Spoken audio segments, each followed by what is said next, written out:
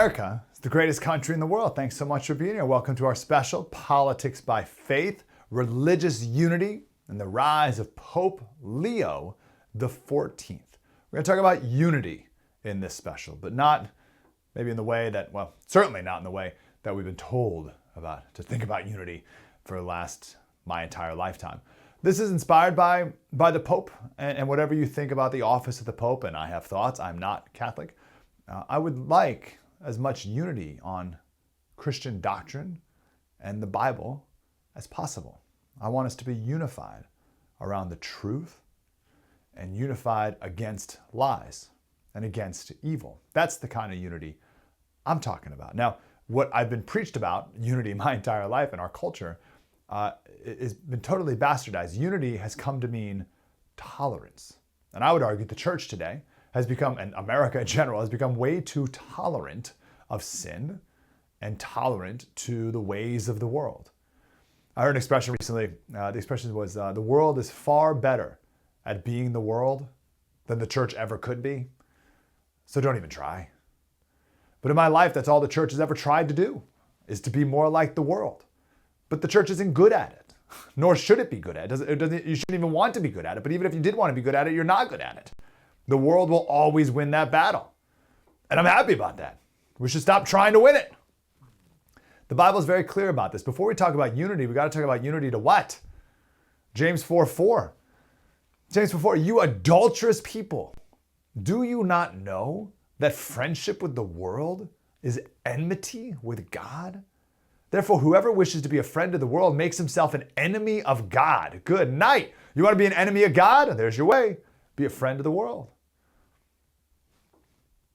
We've been told by the world that to be a good Christian, to be a nice person, you need to be all inclusive and pluralistic and open to every new idea that comes to you, no matter from the pit of hell, wherever it comes from, every evil and lie. You have to be okay with it. You have to be open to it. You have to be tolerant about it, and you have to unify around us, the world, in every single way that we come up with. But the true goal should be for the world to hate you. Or you can be friends with the world, but you'll also be an enemy to God, so it's up to you. John 15:19, if you were of the world would love its own. But because you are not of the world, but I chose you out of the world, because of this, the world hates you. I'll give you another scripture on this point. We could do this all day, but Luke 6:26 says, Jesus says, woe to you, you should pay attention, woe to you, when all men speak well of you. That's a curse, that's a judgment on you, woe to you. Cursed be you when all men speak well of you, for so did their fathers to the false prophets. Jesus, John 7:7 said, the world hates me because I testify about it, that its works are evil. The role of the church is to be unified in its confrontation against the world, and to go and be unified in telling the world that your ways are evil, your conduct is evil, and oh, by the way, eternal hell awaits you. Now listen, I can feel you right now. I can feel you're uncomfortable. Right now, you're just hearing this, right? First of all, if you're not a Christian, you should feel uncomfortable. But even if you are a Christian, we've all been trained to be like, oh, I don't know, it's kind of a lot, Slater. Kind of coming at people a little hard. Well, that's what you do. I mean, that's how it should work. Jesus wasn't afraid of confrontation, and neither should we. John MacArthur said the only time that the church has made a spiritual impact on the world is when the people of God have stood firmly and uncompromisingly and boldly for the truth and proclaimed that truth right into the face of the world's hostility. The only time the church has ever made a spiritual impact on the world. Isn't that what we want to do? Okay, well then what do? Well, we have to stand firmly and boldly for the truth and also proclaim it into the face of the world's hostility. We need an awakening in America. All right, it's great. We're winning some elections, passing some bills. It's all good. But we need an awakening in this country. The bills aren't going to fix it. The bills aren't going to fix it. We need a true awakening. The first great awakening in America was in the 1730s and 40s. And this is important because this is what our founders were coming of age in, right? Right before and during this great awakening period. And we need to tap back into whatever they did. It happened to be led by maybe the smartest person that this nation has ever produced, Jonathan Edwards. Not the politician, Jonathan Edwards, who ran for president a while back, and not the psychic medium, John Edwards fraud, not that guy. This one on your screen right here, Jonathan Edwards, that guy. The main focus of Jonathan Edwards, again, literally one of the smartest people ever born in this country. The main focus was on human depravity and God's sovereignty over all things. That's not what the world is interested in hearing. That's not what the world believes. That's not what the world preaches. That's what that guy preached. That's what the Bible preaches. And this influenced our founding fathers. Our founding fathers knew what they were creating this nation was entirely dependent on God. There's a wonderful quote from Ben Franklin. And he says, listen, if we don't ask God for help in this endeavor of ours, then we're going to be just as successful as the men who built Babel. Not successful is what, right? So God, they knew, Ben Franklin knew, they all knew that this nation's success was dependent on God. And they knew the depravity of human nature. That's why they built all the checks and balances and everything else. They knew these things. And we've forgotten them. We've forgotten the things that have made this country so great. But our founders knew it. It's a great quote from John Edwards. Such a great contrast to the me, self-help, you're enough mentality of today. And Edwards says, you contribute nothing to your salvation except the sin that made it necessary. I'll also throw for you here, John Adams. John Adams wrote this in his diary. This says something about how we're taught or what we're not taught when it comes to our founding fathers and us being a Christian nation, because I never heard this quote until last week. My whole life, 40 years old, I've never heard this quote. This is 1756. John Adams wrote this in his diary. He said, suppose a nation in some distant region should take the Bible for their only law book, and every member should regulate his conduct by the precepts thereby exhibited. Okay, so you're going to live your life by the Bible. Every member would be obliged in conscience to temperance, so moderation, frugality, and industry, hard work, to justice and kindness and charity towards his fellow men, and to piety and love, and reverence towards Almighty God. In this commonwealth, no man would impair his health by gluttony, drunkenness, or lust. No man would sacrifice his most precious time to cards or any other trifling and mean amusement. No man would steal or lie or in any way defraud his neighbor, but would live in peace and goodwill with all men. No man would blaspheme his maker or profane his worship, but a rational and manly, a sincere and unaffected piety and devotion would reign in the hearts. In all hearts, what a utopia, what a paradise would this region be. Oh, but we're not a Christian nation, and our founding fathers weren't Christian. Like, what insane propaganda lies we've been fed. But I bring this up now because it is unity around these principles that John Adams was just speaking of right there. It's those principles that matter. That's what we need to be unified behind. Not all principles, not wrong principles, not wickedness or lies, but unity in truth. So my point is, as we embark on this special about unity, it's not this sentimental, like the world wants us to be in their deceitful scheming, where we have to agree with everyone on everything all the time, right? Like, you think this? Okay, unity, I agree with you. It's like, no, what are you talking about? We don't need to unify with the lies of the world. Quite the contrary. The first step of true unity is knowing what is true. and being people who recognize what is true, or even that truth exists. Unify around that.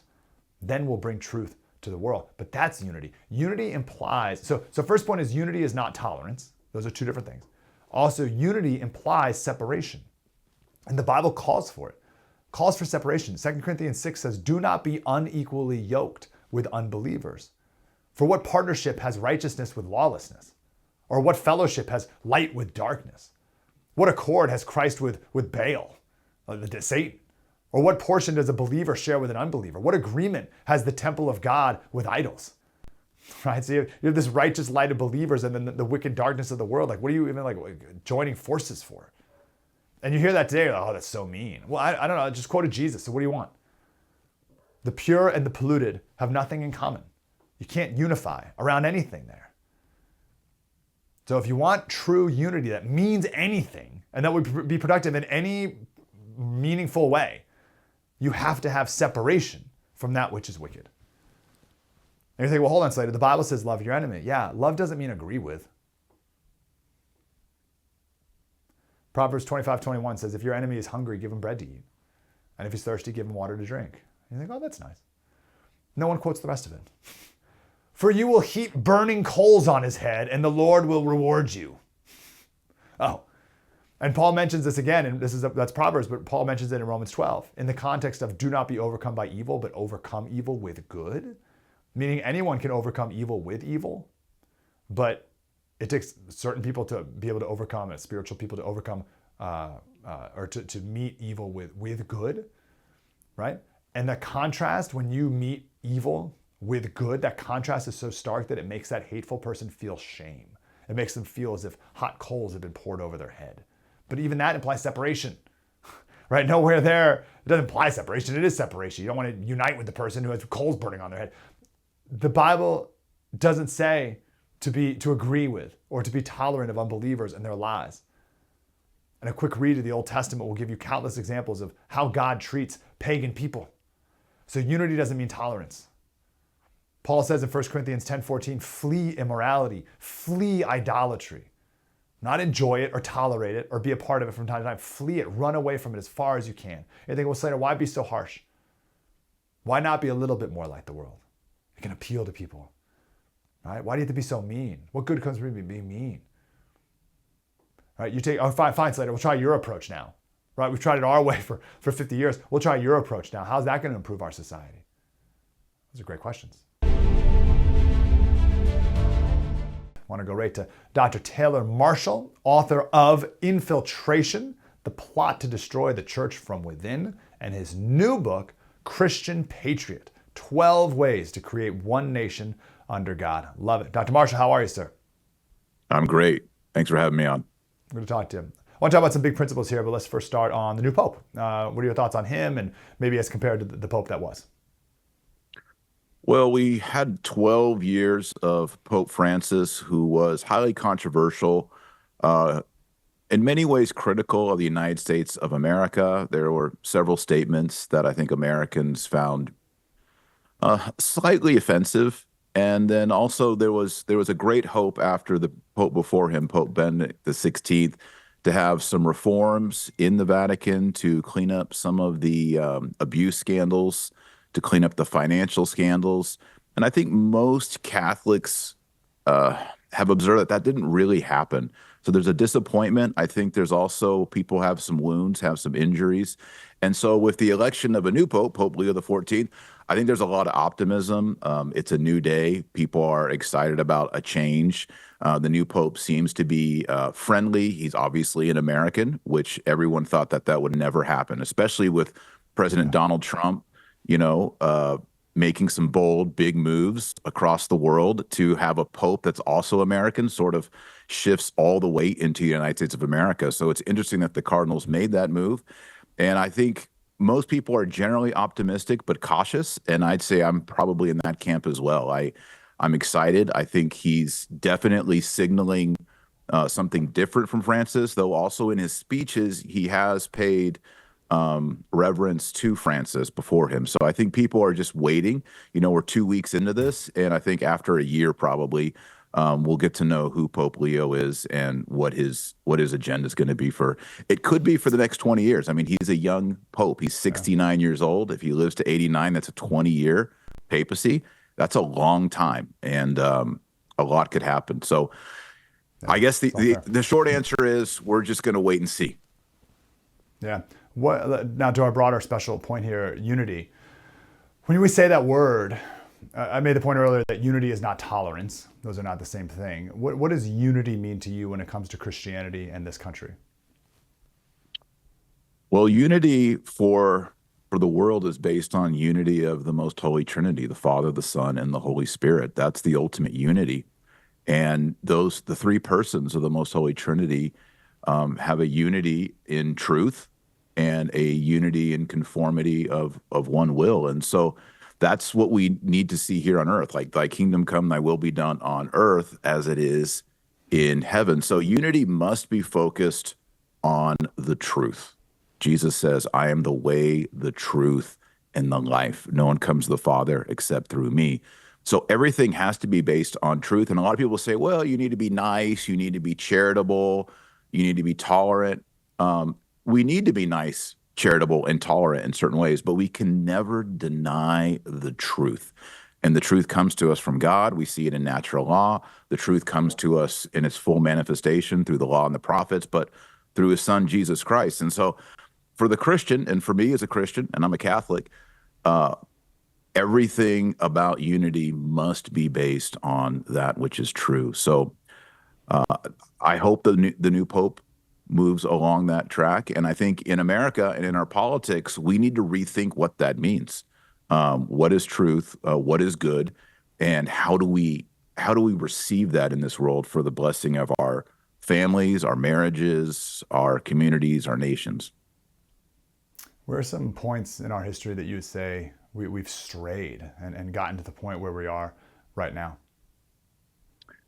Well, one of our founding fathers, Jay Adams, but also the ancient, philosophers like Plato, Aristotle, the Stoics, of course, Christians, church fathers, they all state that the family and marriage is the integral basic unit of society and the nation. It's the family. And as a matter of fact, one of the very first speeches by Pope Leo is he says, society is built on the family, which is a stable union between a man and a woman. So if that's the building block of a nation and of society, and we undermine that reality, we will never have a stable nation. We will never have a stable culture.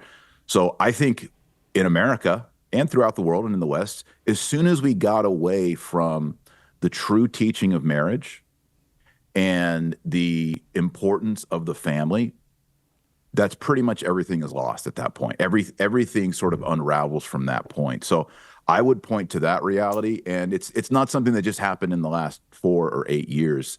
Unfortunately, in the United States of America, that's been happening for decades. So I think that's really where we need to focus. And in my new book, Christian Patriot, there's a whole chapter dedicated to what is the true definition of marriage and family, and conservatives and Christians need to rally around that. That really needs to be one of the starting points for us to rebuild culture and rebuild the nation. I've been discouraged. It's sad, and I'm no judging, just discouraged by how many of our audience are divorced. It's so common in the church too, and I'm trying to think what like my role in this can be. And I think the best I can come up with right now is having some national conversation about the importance of choosing the right mate in the first place, in the front end, and how important that is. And man, you take a second, you make bad decisions, and then so many problems and chaos and brokenness comes from that. But I just feel like we're just like, she's hot, I'll marry her, or something. It's like I don't know what we do. I don't know how we make our decisions on who we're marrying today, but we got to do better at that and nip it in the bud. Is that something? Am I tracking somewhere here? I mean, 100%. In the book, I have a chapter on that as well. Divorce, and Ronald Reagan in California was the tip of the spear. He signed the first no-fault divorce legislation, and he later came out and said he regretted that, because he saw how detrimental it was to California and then how other states copied that. And so I think we need to rethink not only, like you said, the beginning of marriage, because if one of the two people or both of the people are not entering into the bond and covenant of matrimony, and I really like this word wedlock. It's kind of an old word, but it's like wedlock. Like there's a lock on this, right? If people are going into wedlock, they're going to lock it down, and they don't have the proper definition of marriage, they don't understand the terms, it's basically entering into like, it's more important than a business contract, it's a covenant. But imagine going into a business contract where one of the parties is fuzzy or even disagrees with the terms and they sign anyway. That's going to be a bad business deal, right? Things are going to unravel. So we need to front load, not only, is she hot? Is this person I'm marrying a good person? But do we truly understand what we are entering into? So we have to define marriage on the national level and in the courts, but also I think we just need to start with ourselves, and Christians need to start with themselves. What is holy matrimony? Holy matrimony, not a partnership. Holy matrimony, wedlock. What does it mean for us? What does it mean for our family and our kids? And then when things get hard, and everybody who's been married, it gets hard. My wife and I've been married 24 years. We have 8 kids. It's been hard. But is no fault divorce, is that something that God believes in? Is that part of the definition? Is that something that Jesus says very strong words about matrimony and indissolubility of matrimony. And I know a lot of people, that's tough love. And again, I know there are also situations of grave drug abuse and child abuse and spousal abuse. We're talking about no fault divorce. Like, it's just not working out. We're getting divorced. That initiation in America right there was very detrimental to our society and our culture. And it's something that I want to talk about, in the book, Christian Patriot, because again, as John Adams says, marriage and family is the basis of America. So if we don't have that anymore, we really don't have an America.